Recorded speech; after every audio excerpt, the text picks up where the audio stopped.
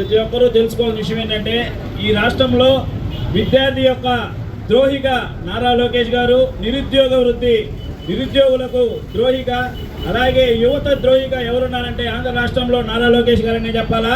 ఈ వసతి దీవెన అన్నారు, వసతి దీవెన ఇవ్వలేదు. ఫీజు రియంబర్స్మెంట్ అన్నారు, ఫీజు రియంబర్స్మెంట్ లేదు.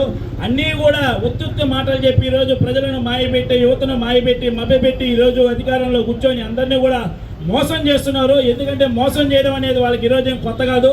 కాకపోతే యువత నిరుద్యోగి ఏదో ఉద్యోగాలు వస్తాయి, ఏదో ప్రతి నెల కూడా క్యాలెండర్లో వారీగా ఉద్యోగాలు వదులుతామని చెప్పి మోసం చేశారు. అటువంటి వారందరికి కూడా రాష్ట్ర యువత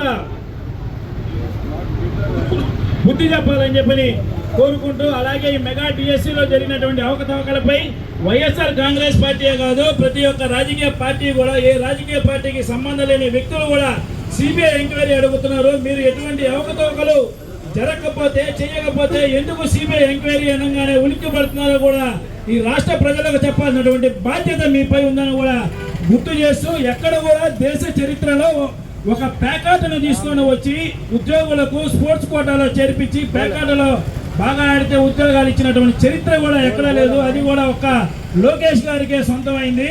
ఈ ముఖ్యమంత్రి గారి ముద్దుల కొడుకు నారా లోకేష్ గారికి ఉద్యోగం వచ్చింది తప్పితే మంత్రిగా ఎక్కడ కూడా యువతకు కానీ నిరుద్యోగులకు కానీ ఎక్కడ కూడా ఉద్యోగం అనేది రాలేదు. కాబట్టి ఖచ్చితంగా మీకు యువత కావచ్చు, నిరుద్యోగులు కావచ్చు, ప్రతి ఒక్కరు త్వరలో బుద్ధి చెప్తారని చెప్పని తెలియజేస్తూ, నాకు ఈ అవకాశం ఇచ్చినటువంటి పెద్దలకు ధన్యవాదాలు తెలియజేస్తున్నాను.